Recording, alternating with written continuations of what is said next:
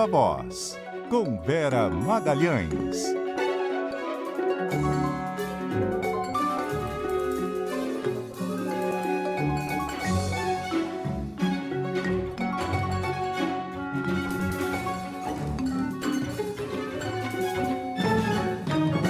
Vera Magalhães, muito boa noite, tudo bem? Oi, Débora, boa noite para você e para a Carol, boa noite para os ouvintes, para quem nos assiste, uma ótima semana para todo mundo. Oi, Vera, boa semana. Vera chegou aqui, Carol, no estúdio, com um brilho nos olhos de quem viu uma das suas bandas preferidas no fim de semana. Verdade, eu, Marcela Bom Lorenzetto, tem vários adeptos aqui na turma da CBN, mas foi bom demais, muito, muito maravilhoso. Pois é, turnê do legal. Oasis, show do Oasis em São Paulo, tava a CBN em peso, quase a CBN em peso, muito bom. Bora Mas lá, teve que né? trabalhar cedinho no sábado, né, Vera? Achou que ia ficar só por conta do show? Teve que ralar. Entrei aqui no ar, escrevi para o Globo e às 2 horas mandei meu último vídeo, meu último texto e falei tchau pro pessoal e fui embora. Pois é, isso tudo porque o ex-presidente Jair Bolsonaro foi preso preventivamente no sábado. Igor Cardim traz mais informações ao vivo para a gente agora no Viva Voz sobre os desdobramentos, a decisão do STF sobre a manutenção dessa prisão, decisão que saiu hoje, né, Igor?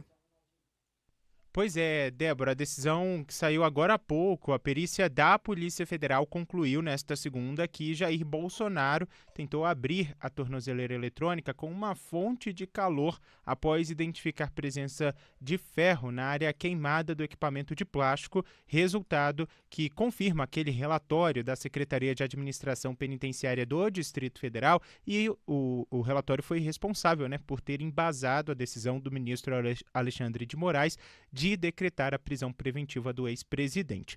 O laudo, feito com uma análise microscópica e também com a influência de raios X, além da comparação com uma tornozeleira íntegra, apontou danos significativos e aquecimento direcionado para abrir o case, enquanto um segundo exame avaliará possíveis danos no circuito eletrônico, trabalho que é conduzido pelo Instituto Nacional de Criminalística, que é vizinho ali na Superintendência da Polícia Federal em Brasília, fica dentro do complexo da Polícia Federal aqui na capital, onde Bolsonaro, inclusive, está preso e cujas as conclusões ainda coincidem com aquele relatório no qual emitiu sobre ter usado um ferro de solda para tentar violar o dispositivo, que inclusive após Bolsonaro admitir ali para a diretora da divisão ali da SEAP aqui de Brasília, que cuida da administração penitenciária aqui do DF, dos presos, inclusive em prisão domiciliar com uso de tornozeleira eletrônica. Débora, lembrando também que termina hoje o prazo para que as defesas do ex-presidente Jair Bolsonaro e dos outros condenados no julgamento da trama golpista apresentem os embargos de declaração ao Supremo Tribunal Federal, recurso que apenas esclarece pontos ali da decisão da primeira turma e que já havia sido rejeitado anteriormente também pelos ministros da primeira turma. Essa primeira turma, hoje, por unanimidade, manteve a decisão do ministro Alexandre de Moraes, que decretou a prisão preventiva do ex-presidente Jair Bolsonaro. A medida está sob referendo da decisão extraordinária convocada ali para aquela sessão, extraordinária convocada com encerramento às 8 horas da noite desta segunda-feira.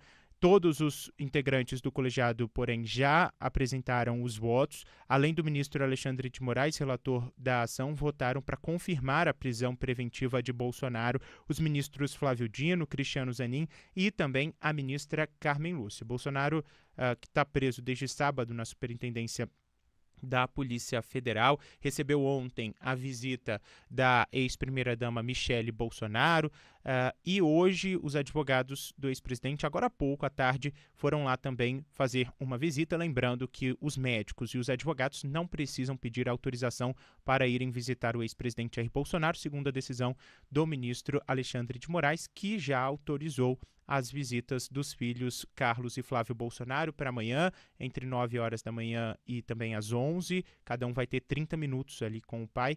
E na quinta-feira, o Jair Renan, vereador, também teve essa autorização para visitá-lo durante a manhã. Hoje, ali na porta da Superintendência da Polícia Federal, Débora, não teve nenhum tipo de manifestação que foi registrado tanto sábado quanto domingo, um clima bastante tranquilo aqui na capital. Volto com vocês. Obrigada, Igor, pelas informações. Agora, Vera, violar a tornozeleira eletrônica, ainda mais da forma que foi violada, é um descumprimento muito grave, né, da cautelar. E pelo que a gente tem de informação até agora, o que parece, Jair Bolsonaro vai sair da Superintendência da Polícia Federal diretamente para o local para onde ele vai cumprir pena depois da declaração do trânsito em julgado, né, que tem expectativa de sair nos próximos dias.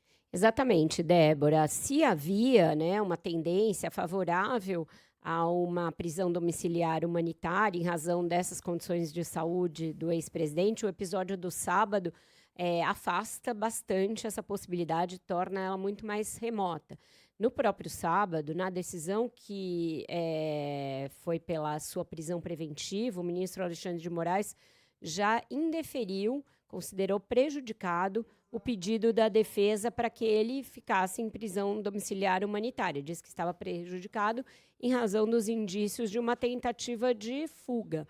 Mas o que pode acontecer, né, nesse restinho de prazo que existe para as defesas recorrerem? A defesa do Bolsonaro reapresentar esse pedido de prisão domiciliar humanitária, alegando que ele tem essas condições de saúde, que elas estão agravadas, inclusive pela interação entre medicamentos e, portanto, que estão influenciando no próprio discernimento do ex-presidente, como teria acontecido com esse surto, porque essa é a alegação, né, que eles apresentaram para ele ter tentado violar o case da tornozeleira eletrônica, que ele teve um surto provocado por medicamentos.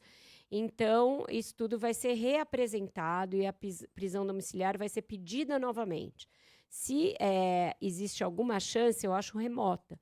É claro que as condições de saúde dele são reais, aquelas em decorrência da facada. Ele tem realmente um desconforto gástrico constante, ele tem crises de soluço intensas, ele tem apneias durante o sono, tem um sono bastante entrecortado. São muitas essas condições decorrentes das muitas cirurgias que ele fez em razão de ter levado uma facada em 2018.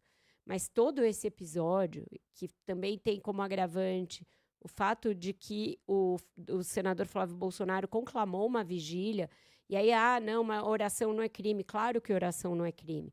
O tom da conclamação da vigília é que, unido ao fato de ter soado um alarme de violação de uma tornozeleira eletrônica no meio da madrugada, fizeram com que se compusesse um cenário de indício de tentativa de fuga.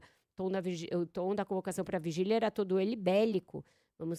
Vamos nos insurgir, vamos lutar contra essa injustiça, e num tom ali bastante beligerante.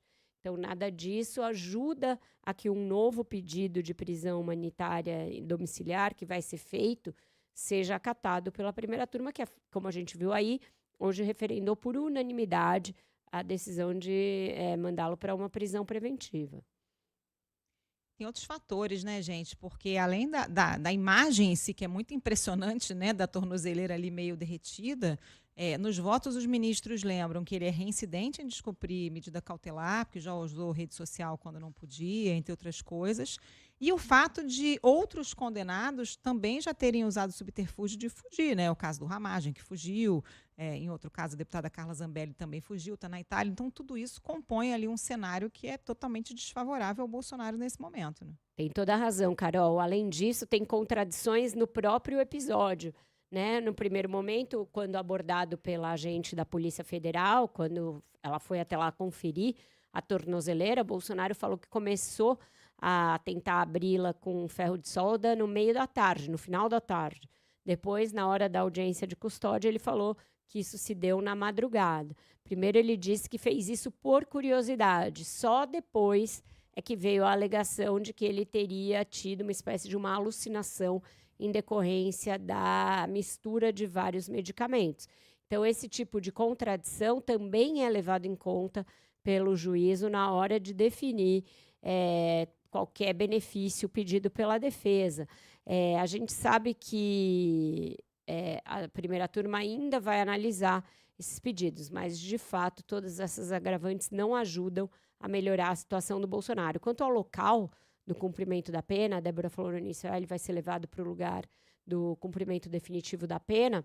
No fim de semana, depois do episódio, muitas pessoas no entorno, inclusive do Palácio, pessoas governistas, portanto não bolsonaristas, defendiam que agora que ele já está na superintendência da PF, o mais adequado seria ele permanecer por lá, para não dar aos bolsonaristas nenhum discurso de que ele está sendo realmente vitimizado, de que ele está sendo perseguido, de que estão querendo torturar o ex-presidente pelo fato dele ser de direita, etc. Já que o Lula teve a possibilidade de ficar numa cela especial na Polícia Federal em Curitiba, os próprios lulistas defendendo que o mais correto seria que ele ficasse onde ele já está, na superintendência da PF, e comemorando o fato de que ele não foi para nenhuma instalação militar, porque isso poderia levar a uma instabilidade na relação entre o governo e os militares, que está boa nesse momento, e reativar aquela ideia de acampamentos e vigílias em frente a quartéis,